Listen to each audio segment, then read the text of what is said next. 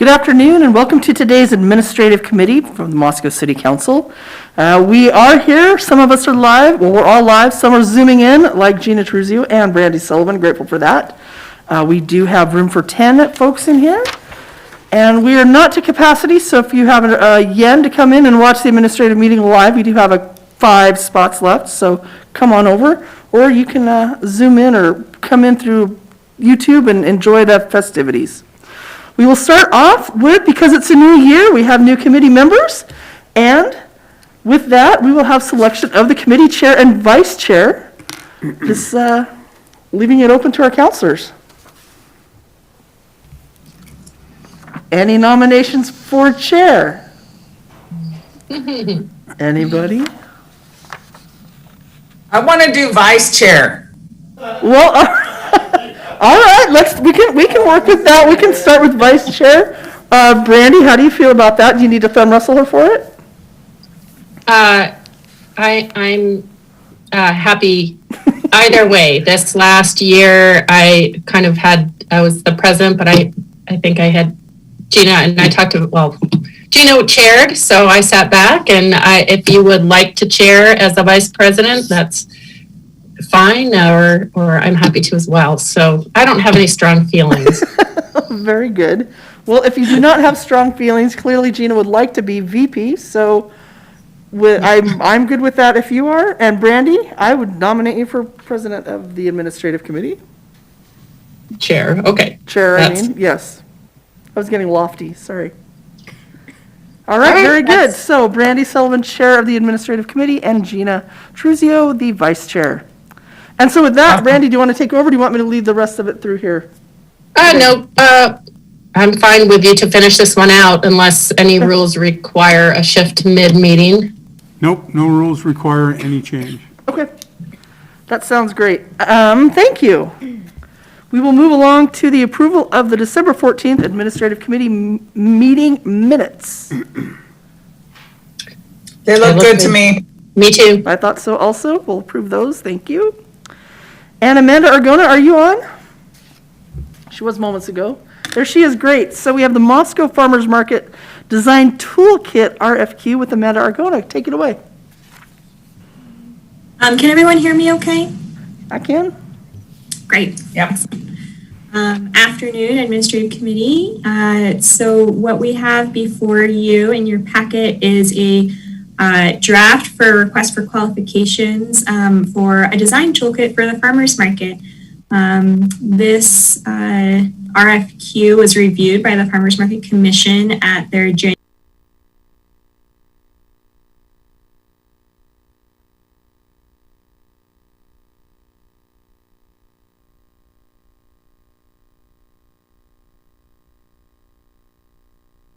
Farmers Market is a longstanding tradition in the city of Moscow with over 40 years in operation, and with the city undertaking its branding initiative to get things comprehensive and looking clean, we thought it'd be time for the market to sort of take that on as well.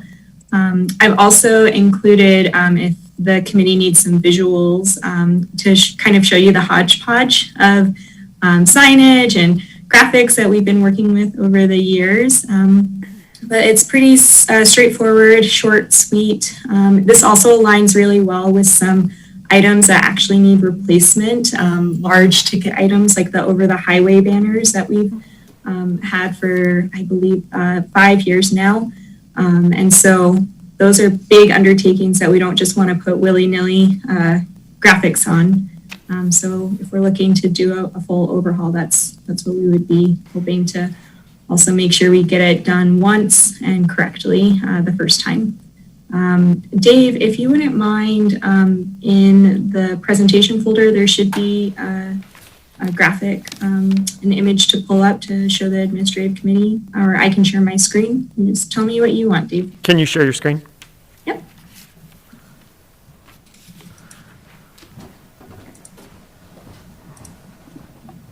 All right, can everyone see the images on the screen? So So I found a few from over the years, and we actually use a lot of these in marketing when we're trying to put together ads for the farmers market. So just to give folks an idea of what we're working with, everything's kind of all over the place. We're looking to standardize those fonts, colors, smaller graphics, fruits, vegetables, that sort of thing. But that's more or less that, and I'm happy to stop sharing my screen unless folks have specific questions about the graphics on there. Okay. And with that, I'll take any questions y'all got. Any questions for Amanda?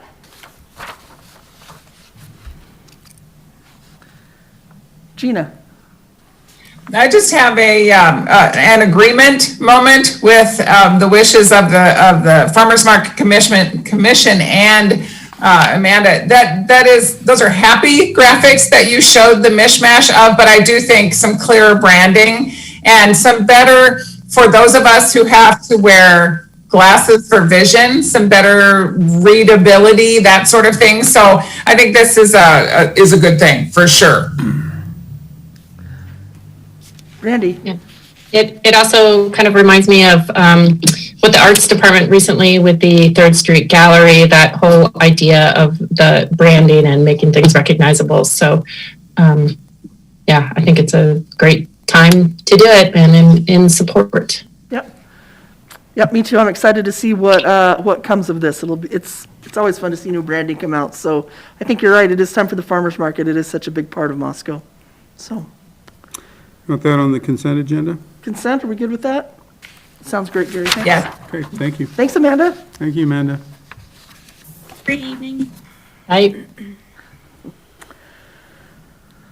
Great, and now to item 4, amending Moscow Code Title 1, Chapter 11, Emergency Powers. Gary Reedner, are you taking this? Okay, I will just give a brief intro. As council recalls, with the advent of the COVID-19 pandemic in March, the mayor issued an emergency declaration, after which council enacted Moscow City Code Title I, Chapter 11, granting or putting, describing those emergency powers and the process by which they may be employed. Since that time, we've had several public health emergency orders, and we've run into some things that we felt probably could be improved.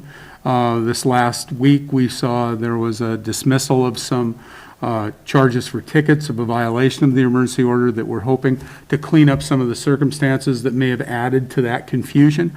So without further ado, our city attorney's done the heavy lifting on this, so I will get out of the way and let her lead us through that process. Thank you. Thanks, Mia. Yeah, so I want to provide just a little bit of background and perspective before we get into the recommended amendments to Moscow City Code Title I, Chapter 11. You know, our law enforcement officers, this is definitely a time where they are being scrutinized and ridiculed and for the work that they do. And what's happening nationwide impacts them locally as well. We have a great group of police officers, and on the day in question, related to the charges, so back on September 23rd, there was a gathering outside City Hall. And to give you some perspective, when a law enforcement officer responds to a scene and is addressing a situation, they are assessing the facts as is presented in real time in that moment.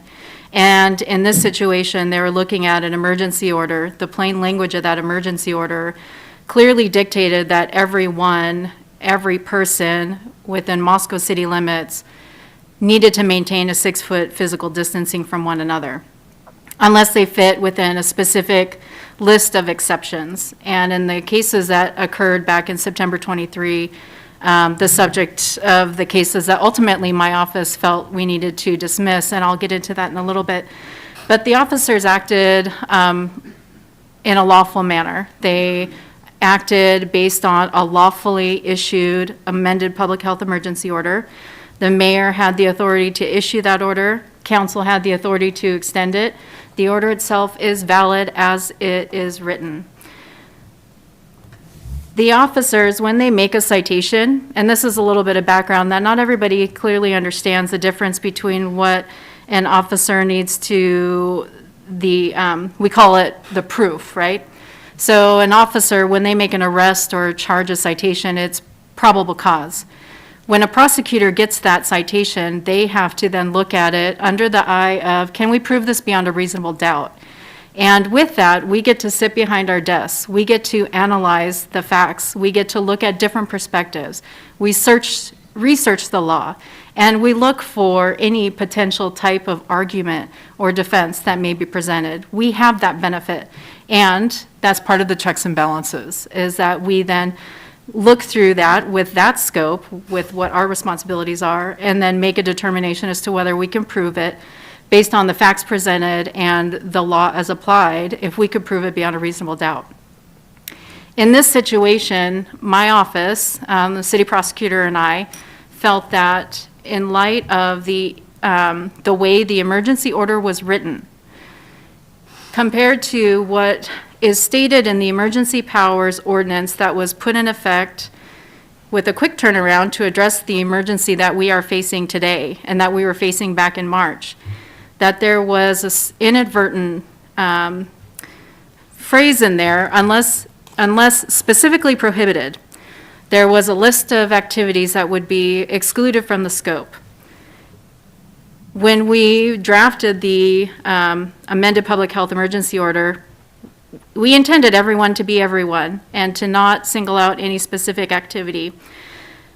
As prosecutor and city attorney, when we sat back and looked at the facts of what happened back in September 23rd, looked at the emergency order, compared it to the ordinance itself, we saw that there was a potential legal argument, a potential defense.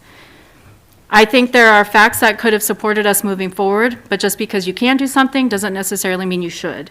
And this was one of those situations. Circumstances are different today.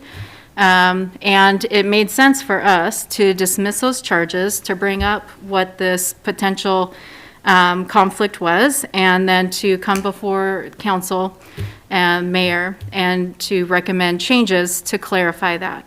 So trying to sum that up, I felt it was very important to, one, make sure that there was a clear statement that our law enforcement did nothing wrong back on September 23rd when they issued those citations. They had the lawful authority to do so, and they acted appropriately and accordingly to what they discerned at that time.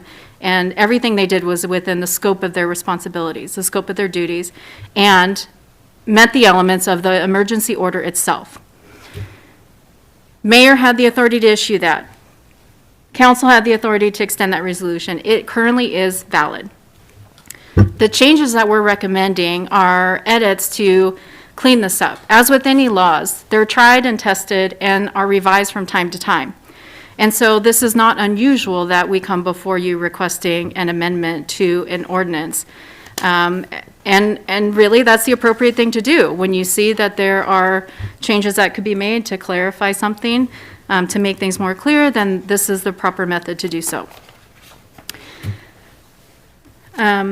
So with that said, to address some of the issues that have come up, there are several amendments that we're recommending to be considered by council. One of them is to make clear that the emergency powers ordinance is just that. It's not specific to public health emergencies. Public health emergencies is included, but it also includes other types of emergencies.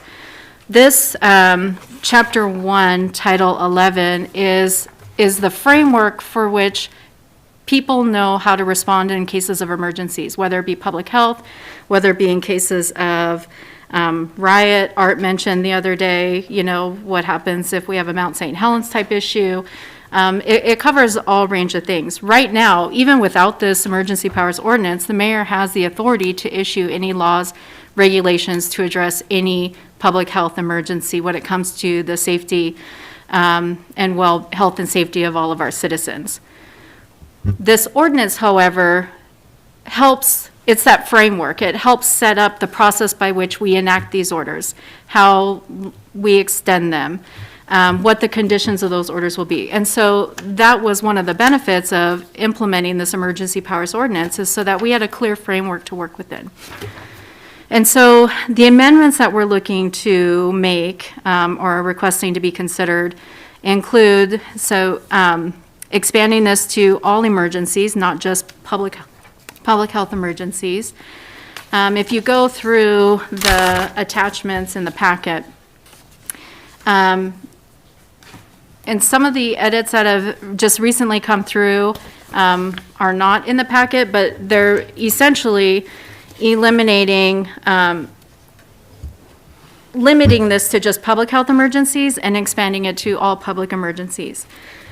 Like I said, in the very beginning of the ordinance, it lays out the Idaho code, the statutory authority that allows the mayor to act in times of emergency, and covers a wide range of types of emergencies. And so the way that this is amended would incorporate all of those different situations. Definitions, under the definition section, we added definitions of curfew. I have a proposed emergency order definition, isolation, shelter in place, and social, and amending that to physical distancing. In the beginning of the coronavirus pandemic, the phrasing was social distancing, and then that has been revised to physical distancing. So adding the word physical in there would make sense. Moving into section 11105, again, including curfew order, if we're going to have times where the mayor may want to issue a curfew order, then just defining what the parameters of that would be.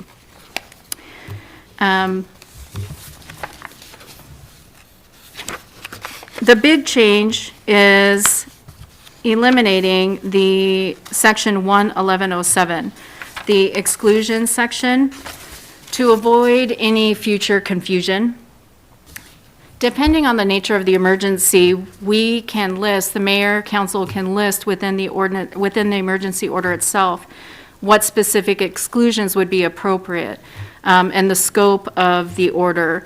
And so eliminating it from the ordinance would help eliminate any future confusion or conflict. The other big edit recommended proposal is under 11110 penalty. Right now, as it sits, any violation of an emergency order is a misdemeanor.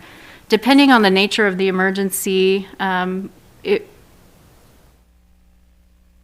Idaho code allows for the cities to have penalties be anywhere from a fine all the way up to a misdemeanor, including incarceration. And so building in within the penalty section the flexibility to make any violation of an emergency order a civil fine, make it a violation where it would just be a civil penalty, an infraction, or a misdemeanor. And so just adding a little more discretion and flexibility within the penalty section. If I may, one of the things that me and I talked about, this ordinance does not expand the mayor's authority under Idaho code. Under Idaho code, there is no such exclusion area of the code, section of the code. So that inclusion in the original ordinance that was passed in March was something that was put in by the city. It isn't mandated by Idaho code.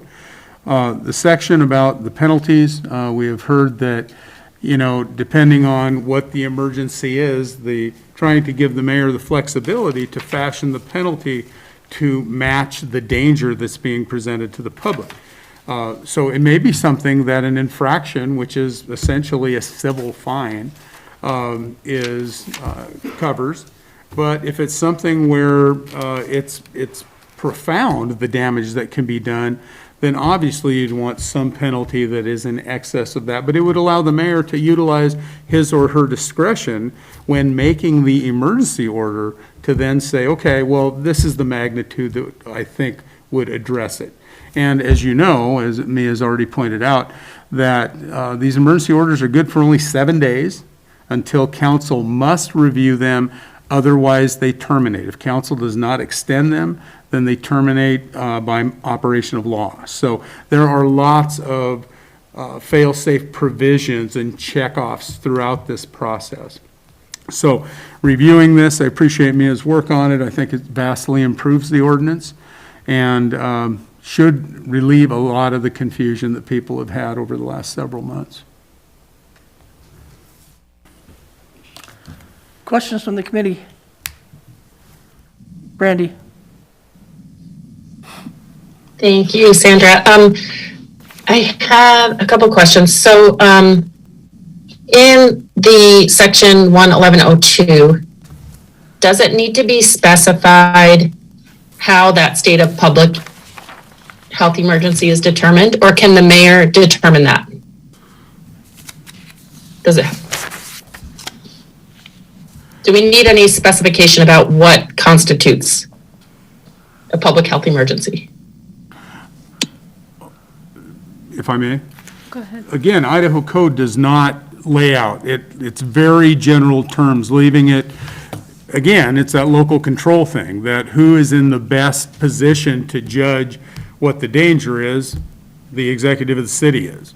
So you can continue to limit it. You can limit the code by having more specific ordinances, but the question is, would you want to? Yeah, I think more, I do not think so. I'm just wondering if it should spell out that the mayor can determine when there is a state of public health emergency. And I know it's implied, but I'm getting I feel like I'm trying to pick it apart as if I was attorney, which I'm not, but does it need to be stated that the mayor can determine when that state exists? Or that the mayor has the authority to determine when that state exists? Or is that just not necessary? Again, I will give you kind of the practical view. The more specific that you make them, if you say the mayor will determine, is that determination subject to review? Right? If it is, we follow the Idaho code and use similar language, then it is, right? It's judged by a reasonable standard. If you make it subject to a certain person's determination, and that's in the definition, then an argument could be made that, well, it's whatever that person determines it to be. Granted, and again, there's lots of checks and balances, it's good for 7 days, but I would say that if you start ratcheting it down, of course, deferring to Mia's opinion on this, but the further you ratchet it down, the less flexible it becomes. I just want to make sure that it's clear that the mayor has the authority to determine that we have entered a state of a public health emergency. Because that's who it would be coming from. And it doesn't need to be declared by the governor or the president or something else. Brandy, am I missing something? Because when I read that second sentence where it says, therefore the city hereby authorizes the mayor to have powers contained in this chapter, does that not cover it? Or you just want it to be more specific there? I guess I'm not sure if it covers it. I guess that's my question because let me get to that.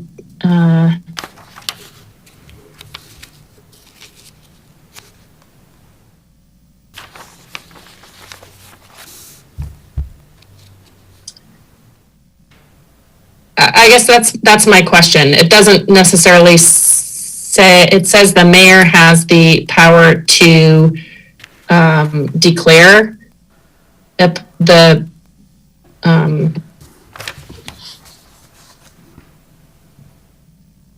public health emergency, but it doesn't specify.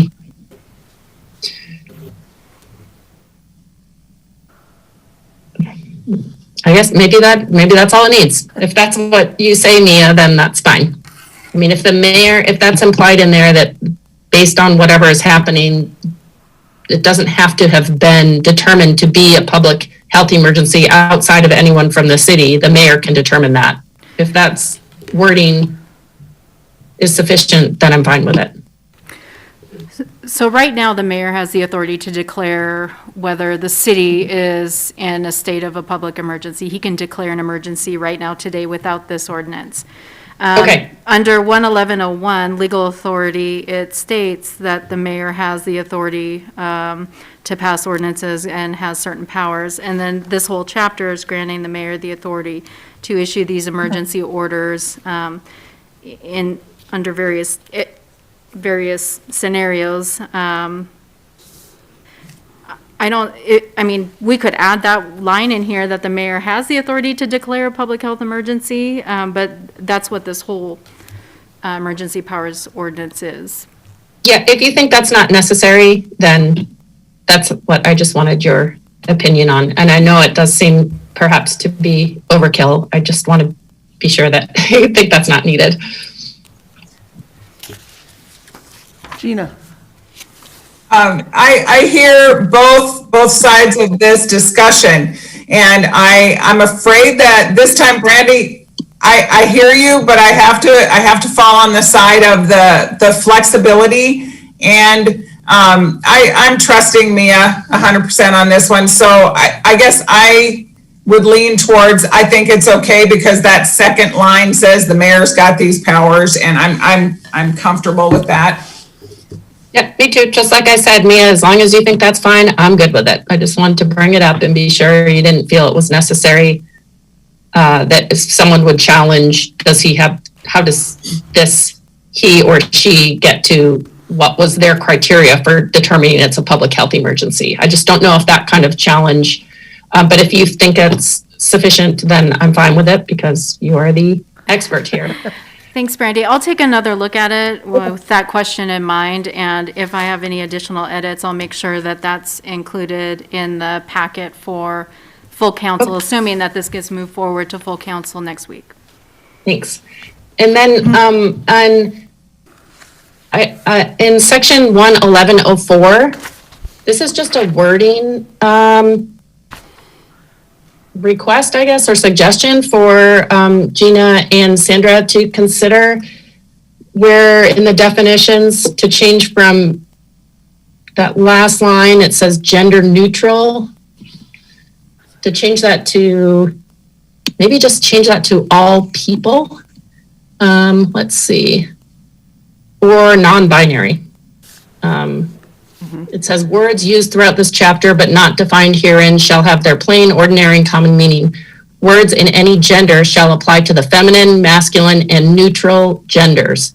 Can we say words in any gender shall apply to all people instead? Yeah. I like that.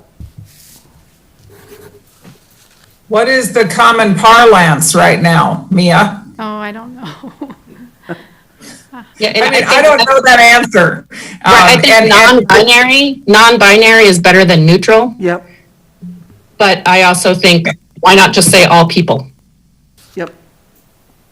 Okay. If that is amenable through our legal guru, I'm fine with that. I am binary, or I claim a gender, so it's hard to know what is the correct and accepted parlance. Any problem, Mia, with it just saying words in any gender shall apply to all people? Yeah, I think that covers everyone. Covers all people. I think that Okay. should be fine. Great. And then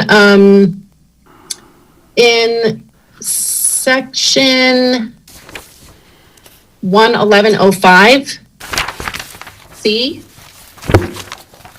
D is in boy or C is in Charlie? C is in Charlie. Thank you. I think number 4 is kind of a duplicate of number 3. And maybe isn't needed. Oh, yes, you're right. Yep, that was yep. Okay. And then in D as in dog.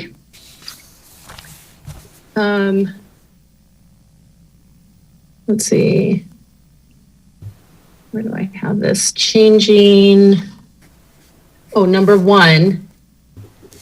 Number 1, it says operation or occurrence of planned or foreseeable gatherings. Can we just delete planned or foreseeable and say the operation of gatherings or events? I'm sorry, Because there which are one gatherings and events that are not planned and are not foreseeable that come up later. which one are you looking at? I'm sorry.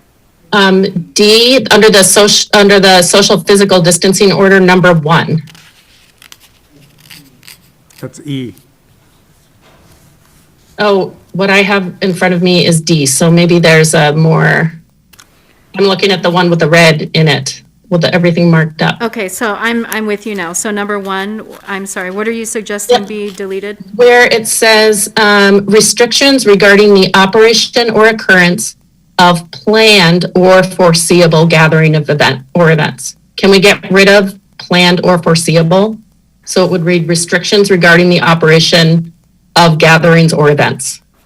Yes. Okay.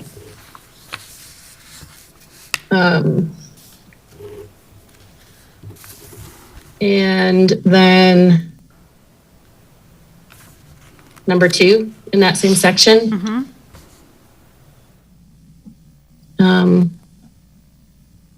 Can we get rid of visitation? And it would just be restrictions on travel into, out of, or through the city? Yes. And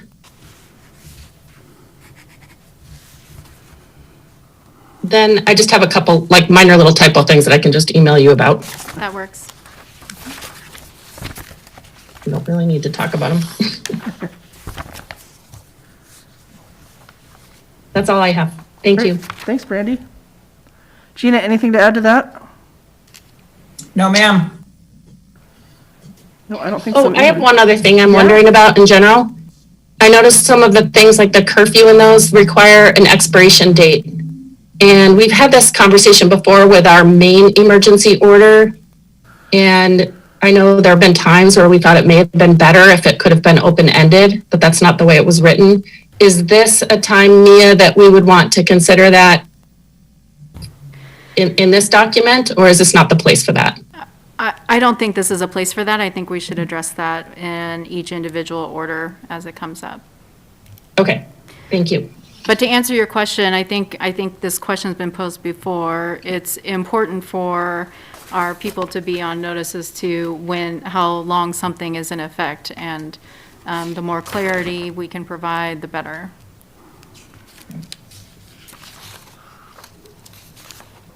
Great. Thank you. Thank you. So proposed actions, probably not consent agenda. Probably not. No. I did have a question, just quickly thinking back through Mia's presentation.